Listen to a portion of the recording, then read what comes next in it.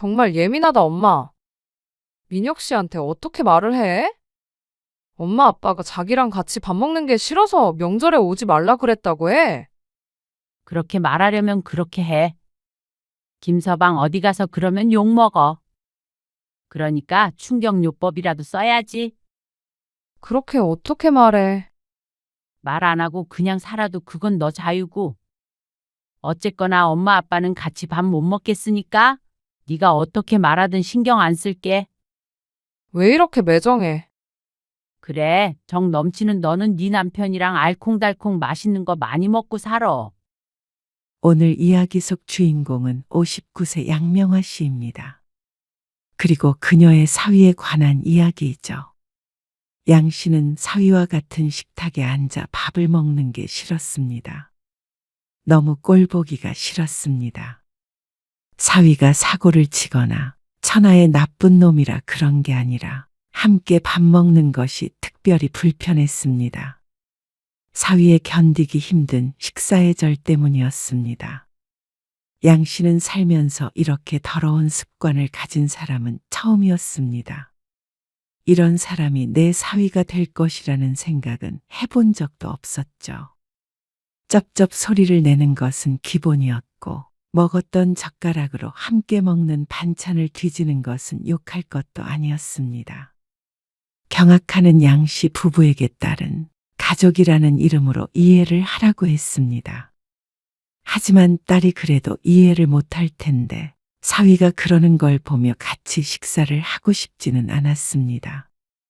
그래서 필연적으로 식사를 해야 하는 일을 없애야 했습니다.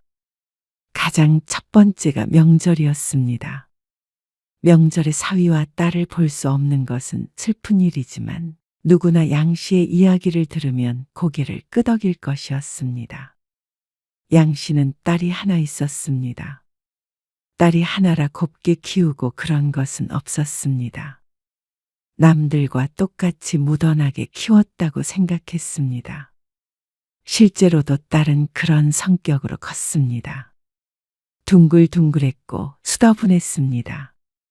그래서 자라는 동안에도 큰 사고를 친 적이 없었고 속썩을 일도 별로 없었죠. 그런데 어쩌면 너무 털털하게 키운 것이 화근이었던 것 같기도 했습니다. 조금만 더 곱게 키웠다면 이런 일이 없었을까 싶었습니다. 딸은 30대가 되어 결혼을 하겠다고 했습니다. 성격이 좋아서 엄마 아빠도 마음에 들어 할 거야. 딸의 말을 듣자면 직장도 좋다고 했고 뭐 하나 부족한 게 없어 보이는 사위였습니다. 그래서 양씨 부부도 딸의 결혼 소식을 반겼습니다. 당신은 안 서운해? 외동딸이 결혼한다고 그러면 아빠들이 서운해 한다던데. 아들 하나 더 생긴다고 생각하면 되지 않아. 그런가? 양씨는 정말로 그렇게 생각했습니다. 그래서 딸이 사위를 데리고 인사를 오겠다기에 며칠 전부터 설레었습니다. 음식이 좀 부족할까? 지금도 식탁 주저앉으려고 해. 먹성이 좋대잖아. 아무리 먹성이 좋아도 그걸 어떻게 다 먹어? 양씨가 식탁을 보며 고심하자 남편이 말렸습니다. 조금 과장을 보태자면 정말로 상다리가 부러질 듯 차려져 있었습니다. 처음 사위를 만나는 자리인이 정성을 다해서 차렸죠. 몇 분 뒤에 도착한 사위는 인상이 참 좋아 보였습니다. 덩치가 꽤나 있는 편이었는데 요즘 빼빼 마른 젊은이들보다는 훨씬 보기가 좋다고 생각했습니다. 김민혁이라고 합니다. 어서 와요. 양씨 부부는 사위와 웃으며 인사를 나누었습니다. 이럴 게 아니라 일단 앉아서 먹으면서 얘기하자고. 남편이 식탁으로 모두를 이끌었습니다. 양씨는 국자 등을 챙겨서 마지막으로 자리에 앉았습니다. 사위가 설레는 표정으로 양씨에게 말했습니다. 이걸 다 직접 차리신 거예요? 뭘 좋아할지 몰라서 이것저것 해봤어요. 아, 매운탕 좋아한다면서요? 네, 엄청 좋아합니다. 딸에게 미리 들어 매운탕을 준비했습니다. 사위는 거의 침을 흘릴 것 같은 표정으로 식탁을 뚫어져라 보고 있었습니다. 남편이 식사하자고 말하자 사위가 얼른 젓가락을 들었습니다. 음식이 입에 맞을까 걱정되어 양 씨가 사위를 유심히 지켜보았습니다. 무엇을 좋아하는지도 눈여겨보려고 했는데 그의 젓가락이 눈에 띄었습니다. X자로 교체된 젓가락이 음식을 집을 수 있을까 싶을 만큼 불편해 보였습니다. 양 씨는 딸의 젓가락질을 어려서부터 교육시켰지만 남의 젓가락질을 보고 지적할 만큼 경우가 없진 않았습니다. 물을 안 꺼냈네. 양 씨는 비어있는 물컵을 보고 물을 꺼내기 위해 잠시 자리에서 일어났습니다. 그런데 벼랑간 들리는 엄청난 소리에 놀랐습니다. 웬 국수를 먹는 소리가 들렸습니다. 그런 음식이 없는데 생각하며 뒤를 돌아보자 잡채를 라면 먹듯이 후루룩 들이키는 사위가 보였습니다. 요즘 유행한다는 먹방 같기도 했습니다. 소리가 어찌나 큰지 남편도 밥을 먹다가 말고 사위를 구경하고 있었습니다. 진짜 복스럽게 먹지 않아? 딸이 푼수처럼 말했습니다. 그렇게 큰 소리를 내며 먹는 걸 좋아하지는 않았지만 양 씨는 고개를 끄덕였습니다. 정성껏 차린 밥상인데 맛없어 하는 것보다는 훨씬 마음이 편했습니다. 사위는 너무 맛있다고 칭찬을 하며 누가 쫓아오는 것처럼 잡채를 흡입했습니다. 정말로 흡입했다는 말이 과언이 아닐 정도였습니다. 큰 접시에 담겨 있던 잡채가 순식간에 절반이 사라졌습니다. 천천히 먹어요. 양 씨의 말에 사위가 입에 든 잡채를 우물우물하며 이제야 배고픈 게 조금 가신다고 대답했습니다. 입안에 한가득 음식이 들어있어서 무슨 말인지 얼른 알아듣기가 힘들었습니다. 매운탕 덜어서 먹어요. 네. 잘 먹겠습니다. 냄새가 정말 좋네요. 여기. 국자 줄게요. 아닙니다. 저는 국자 잘 안 써요. 매운탕을 덜어 먹을 수 있는 빈 그릇이 각자 하나씩 있었고 양 씨가 국자를 내밀었습니다. 하지만 사위는 그 손길을 마다했습니다. 그러더니 밥 먹던 숟가락을 들어 냄비에 푹 담가 국물을 한술 떠먹었습니다. 당황스러운 기분으로 국자를 들고 있던 손을 내렸습니다. 진짜 솜씨가 좋으시네요. 캬하는 소리와 함께 엄지를 척하고 들어 보이는 사위에게 양 씨는 어색한 미소를 돌려주었습니다. 국자로 떠먹지. 양 씨의 말에 사위가 웃으며 고개를 저었습니다. 괜찮아요. 저는 이게 편해요. 그리고 설거지하기 편하잖아요. 그러면서 국물을 두세 번 더 떠먹었습니다. 제가 이렇게 가정적입니다. 그러면서 호탕하게 웃는 사위의 얼굴에다가 대고 아무 말도 할 수 없었습니다. 딸은 웃었고 남편의 표정은 양 씨와 비슷했습니다. 자꾸만 쪽쪽 빨아댄 숟가락을 냄비에다가 푹 담갔다 뺐다 하는데 비위가 상할 것 같았습니다.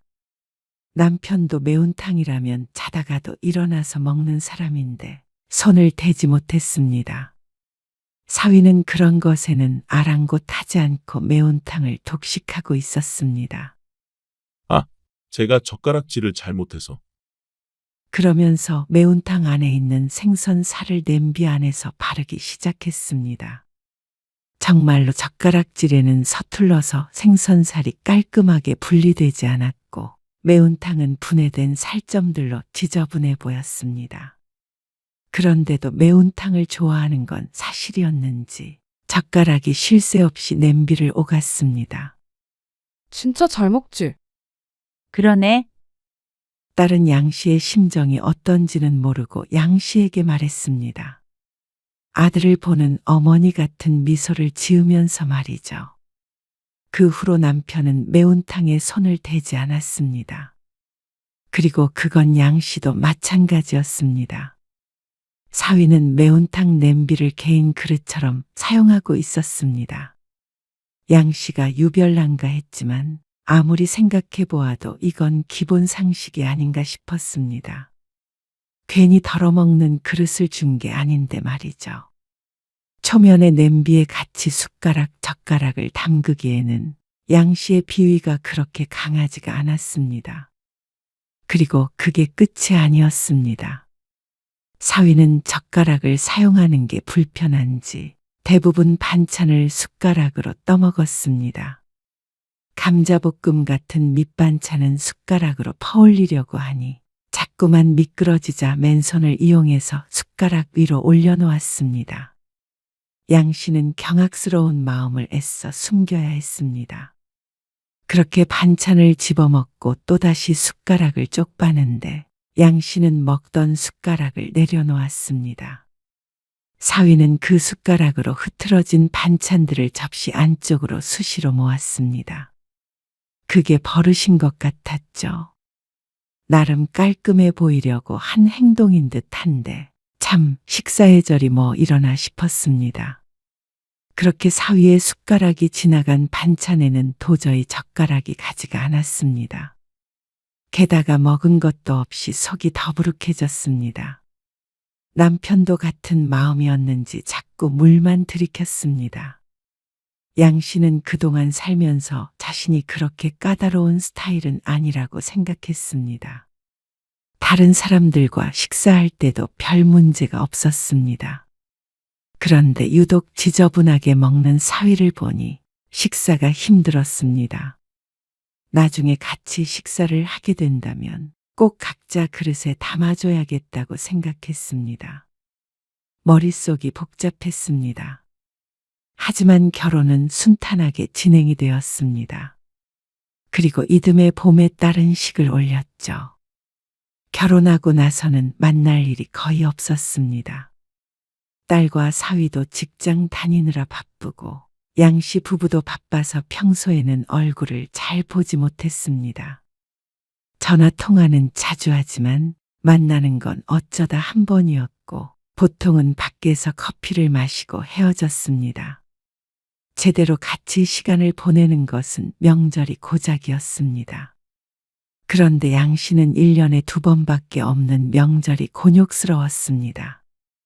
자주 못 보는 게 다행이라고 생각이 될 정도였습니다. 결혼하고 처음으로 맞는 명절이었습니다. 명절 연휴 첫날은 양 씨 부부 둘이서 오붓한 시간을 보냈습니다. 그리고 당일이 되었을 때는 딸과 사위의 방문을 기다렸습니다. 점심시간이 넘어서 도착할 거라고 했던 딸에게서 전화가 왔습니다. 엄마, 우리 일찍 출발해서 좀 빨리 도착할 것 같은데 점심 같이 먹어야 할 것 같아. 점심은 휴게소에서 먹겠다던 딸이었기에 양 씨는 화들짝 놀랐습니다. 느긋하게 쉬고 있었는데 갑자기 점심을 준비해야 하니 말이죠. 아이고, 이럴 때가 아니네. 1시간이면 도착한대. 정말? 서둘러 준비해야겠다. 양 씨는 얼른 몸을 일으켰습니다. 남편도 옆에서 양 씨를 거들었습니다. 그래도 명절이라 이것저것 준비를 했는데 요리를 하려면 한참 걸릴 것이었습니다. 엄마, 우리 왔어. 어머, 벌써 왔니? 그런데 딸은 전화로 얘기했던 시간보다도 일찍 도착했습니다. 아직 요리를 상을 차리려면 좀 더 있어야 했습니다. 아, 배고프다. 사위가 들어서면서 한 첫말이었습니다. 인사는 그 뒤로 이어졌습니다. 잘 지냈어? 남편이 사위에게 인사를 건넸습니다. 그리고 부엌에서 나와본 양 씨는 사위를 보고는 조금 놀랄 수밖에 없었습니다. 2-3달 전에 한 번 보았는데 그때보다 살이 많이 찐 모습이었습니다. 그때도 결혼 전보다 통통해졌다고 생각했는데 지금은 순간 누구인지 못 알아볼 만큼 살이 올라 있었습니다. 아, 배고프다. 아침을 너무 부실하게 먹어서 그런지 배가 너무 고프네요. 사위는 집에 들어서는 그 순간부터 배고프다고 노래를 불렀습니다. 아침에 먹은 떡국 때문에 너무 빨리 배가 꺼졌다며 말이죠. 자기 엄청 많이 먹었잖아. 그래도 떡국은 배가 금방 꺼져. 사위가 그러자 양 씨의 마음이 너무 조급해졌습니다. 잠깐만 기다려. 금방 밥 차리니까. 양 씨는 바쁘게 요리했습니다. 남편도 옆에서 분주하게 반찬을 놓았습니다. 식탁엔 밑반찬이 몇 개 차려져 있었습니다. 양 씨는 국을 끓이며 옆에서 고기를 볶고 있었습니다. 그런데 사위가 옆으로 오더니 수저통에서 숟가락과 젓가락 한 세트를 쏙 빼갔습니다. 양 씨가 의아한 표정으로 뒤를 돌아보았는데 사위가 밥솥에서 밥을 한 그릇 푸더니 자리를 잡고 앉았습니다. 아직 덜 됐으니까 거실에서 기다려. 식탁에 앉아서 기다리나 싶어서 양 씨가 말했습니다. 그런데 이어지는 사위의 행동에 양 씨의 얼굴엔 물음표가 떠 있었습니다. 혼자서 식사를 시작한 사위. 양 씨도 남편도 하던 일을 멈추고 사위를 쳐다보았습니다. 제가 배고픈 건 잘 못 참아서요. 에이, 기다렸다가 같이 먹지. 나는 어차피 오래 먹으니까 지금부터 먹고 있어야 속도가 맞아. 그러면서 웃는데 양 씨는 조금 기가 질리는 기분이었습니다.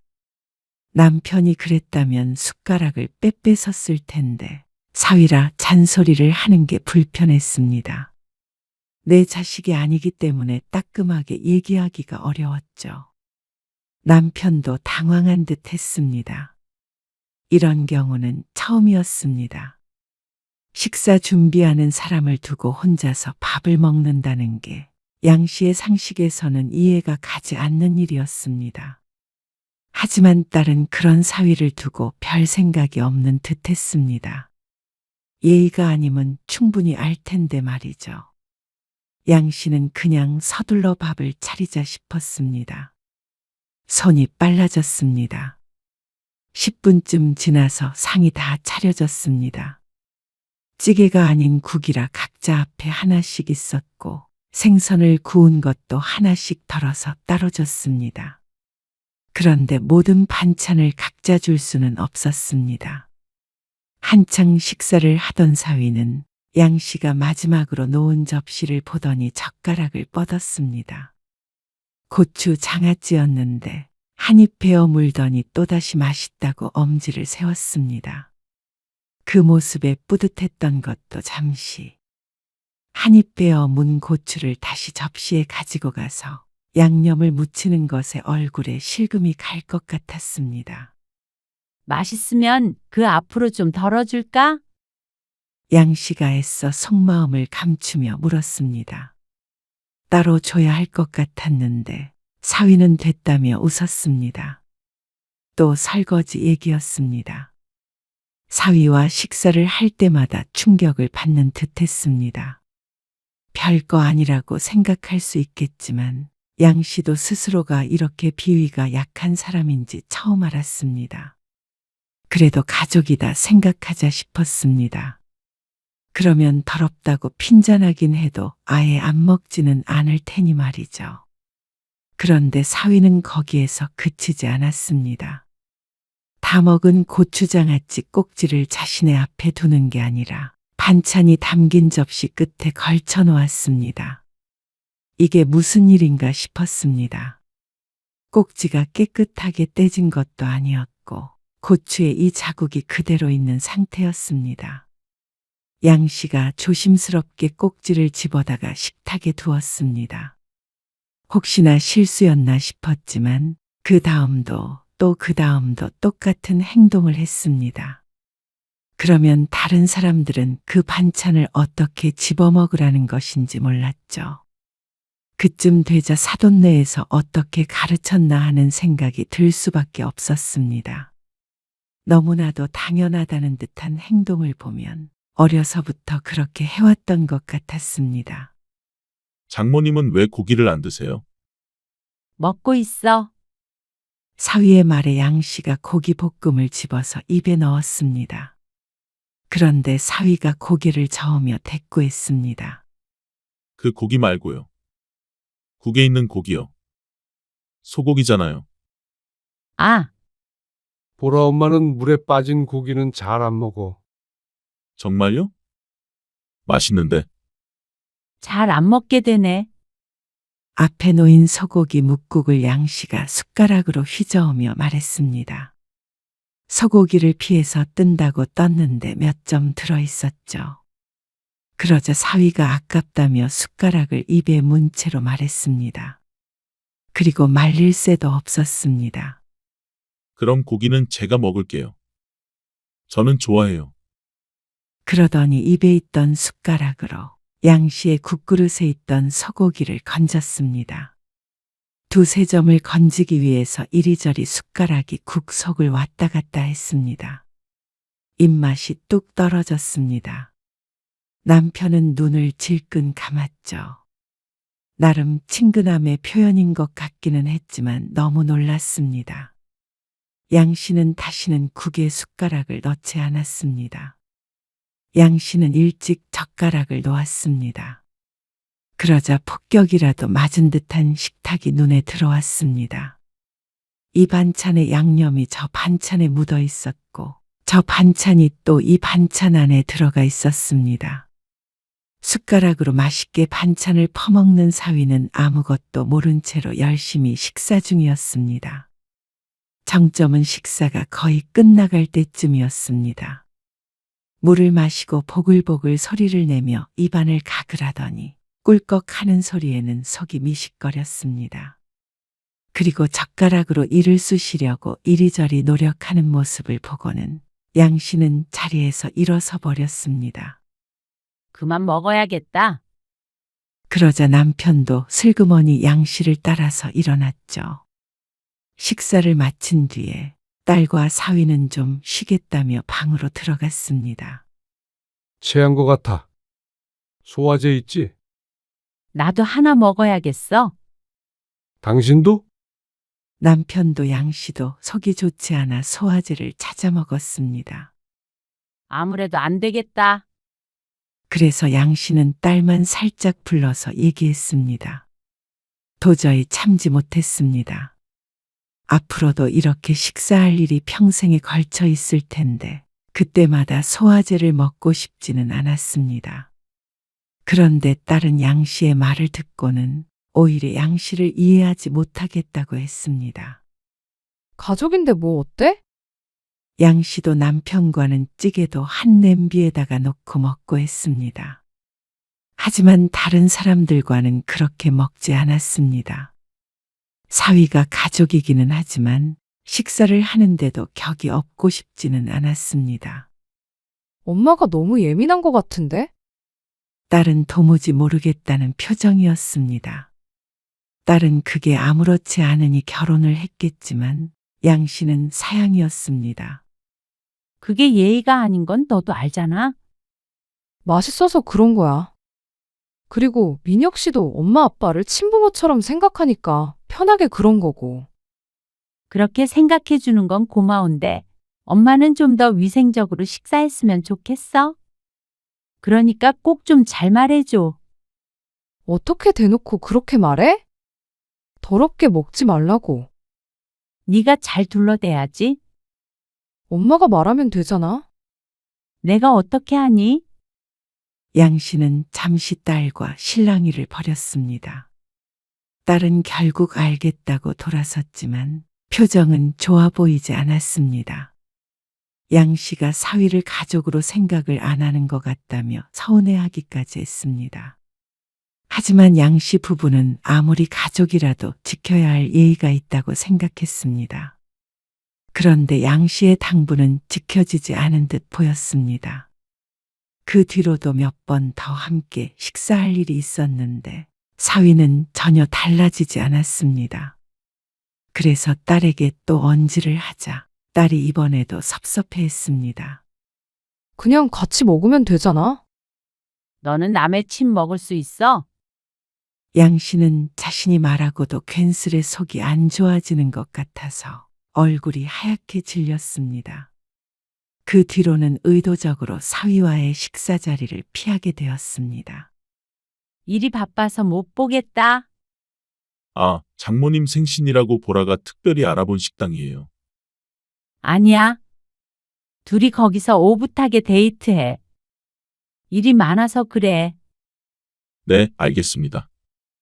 그리고 딸은 임신을 했습니다. 몸이 약한 탓에 조심한다고 임신 기간에는 거의 보질 않았습니다. 명절에는 몸이 안 좋아 오지 못했고 말이죠. 딸이 출산하고 집에서 몸조리를 하고 있는데 양씨 부부를 초대했습니다. 아이를 보러 오라고 했습니다. 양씨 부부는 설레는 마음을 하고 딸 집을 방문했습니다. 그런데 사돈도 하루 일찍 왔다며 인사를 해왔습니다. 아이를 가운데 두고 양가 부모가 감탄을 했습니다. 귀여운 손주가 생겼으니 당연히 좋겠지만 사위도 외동아들이라 특히나 더 손주가 귀했습니다. 앉아서 이런저런 얘기를 나누다가 식사를 같이 하게 되었습니다. 사돈이 같이 저녁을 먹자고 하는데 쏙 가버리기도 힘들었습니다. 그런데 사돈네와 식사를 하게 되니 사위에 대해서 알 것 같았습니다. 상견례 때는 워낙 긴장도 하고 결혼에 대해 상의를 하느라 다들 식사를 제대로 하지 못했었습니다. 그래서 몰랐죠. 안사돈의 식사 습관이 사위와 빼다박은 듯했습니다. 안사돈과 사위 둘이 식탁에 앉아 그러고 있으니 가관이었습니다. 숟가락으로 반찬을 집는 것은 둘의 버릇인 듯했죠. 양씨가 불편한 기색을 숨기지 못했지만 사위나 안사돈 중 누구도 알아차리는 사람이 없었습니다. 아무래도 이 집 식구의 문화 같은 것인가 싶었습니다. 양씨 부부는 기가 질려버렸습니다. 사위도 사위이지만 사돈과도 다시는 식사하고 싶지 않을 만큼 끔찍한 자리였습니다. 집으로 돌아와서는 이틀 동안 고생을 해야 했습니다. 먹은 게 단단히 얹히는 바람에 손가락을 몇 개나 딴지 몰랐습니다. 딸에게 말해도 소용이 없으니 양씨 부부도 이제는 별 수 없었습니다. 딸은 아무렇지도 않은 모양이었습니다. 그리고 부부끼리 괜찮다는데 장인 장모가 사위의 식사 예절에 대해 이러쿵 저러쿵 딴지를 거는 것도 지나친 간섭처럼 느껴질 것이었습니다. 부모도 가만히 있는데 말이죠. 그렇다면 양씨 부부만 문제인데 이렇게 괴로울 바에는 다른 방안이 필요했습니다. 그리고 양씨 부부가 생각해낸 것은 애초에 괴로운 일은 만들지 말자는 것이었습니다. 앞으로 명절에는 우리 집에 안 와도 돼. 그게 무슨 말이야? 무슨 말이긴? 명절에는 너희끼리 여행을 가? 왜? 요즘엔 다들 그렇게 한다며. 딸은 좋아하지 않았습니다. 나는 그래도 친정에 가고 싶지. 어차피 시집에는 가야 하는 건데 여행도 못 갈 거고. 엄마 아빠가 이제 여행이나 다니려고 그래? 명절에. 그래? 왜 굳이 명절에 여행을 가? 그래도 하나밖에 없는 자식인데? 명절에라도 시간 많이 보내야 하는 거 아니야? 명절에 오지 말란 소리에 딸이 서운해했습니다. 만나더라도 그러면 카페에서 보자. 그러자 딸도 의아함을 느낀 듯 했습니다. 음식하는 거 힘들어서 그래? 딸이 하도 캐묻자 양씨도 솔직하게 얘기했습니다. 전에도 얘기했잖아. 같이 밥 먹는 게 힘들다고. 아, 민혁 씨 때문에? 그래? 아무리 그래도. 그래서 명절에도 오지 말라고 해? 그 정도로 괴롭다니까? 아니, 뭐 그런 거 가지고 그래.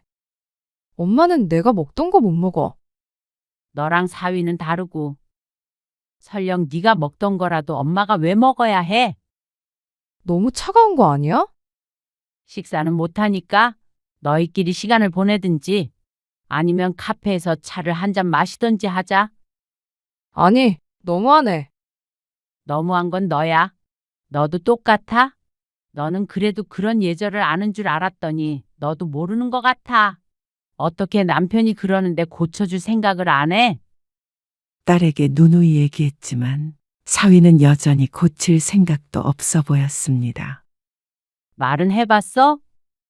돌려서 말하긴 했는데. 원래 그게 습관인데 어떻게 금방 고쳐? 몰라. 고쳐지면 그때 얘기해. 그러면 같이 밥 먹는 거는 다시 생각해 볼 테니까. 엄마는 손주도 안 보고 싶어? 손주 보고 싶으면 손주만 보면 되지. 밥은 같이 못 먹겠다. 정말 예민하다, 엄마. 그렇게 생각한다고 해도 어쩔 수 없었습니다. 사위가 밥 먹는 걸 보기가 괴로우면 그런 자리를 안 만들면 됐습니다. 밥 먹을 때 빼고는 문제가 없는 사위였으니 말이죠. 민혁 씨한테 어떻게 말을 해?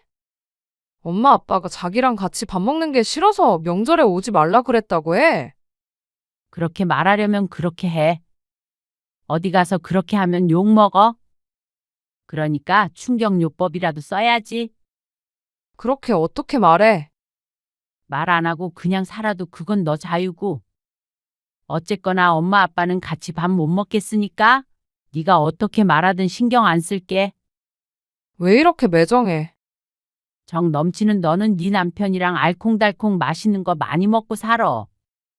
딸은 계속해서 투덜댔지만 양 씨도 어쩔 수가 없었습니다. 딸이나 사위가 바뀌지 않는다면 양 씨 부부가 멀어질 수밖에 없었죠. 장모님, 여행을 가신다고요? 아, 그래? 둘이 여행 가려고? 네, 잘 다녀오세요. 다음 명절에 뵐게요. 아, 김서방. 앞으로 명절마다 여행 가기로 했으니까 김서방도 보라랑 같이 시간 보내. 정말요? 그래? 네, 뭐. 알겠습니다. 딸은 사위에게 솔직하게 얘기하지 않은 듯 했습니다. 그것도 딸의 선택이기에 양 씨는 왈가왈부하지 않기로 했습니다. 다만 앞으로 사위와의 식사는 없을 뿐이겠죠.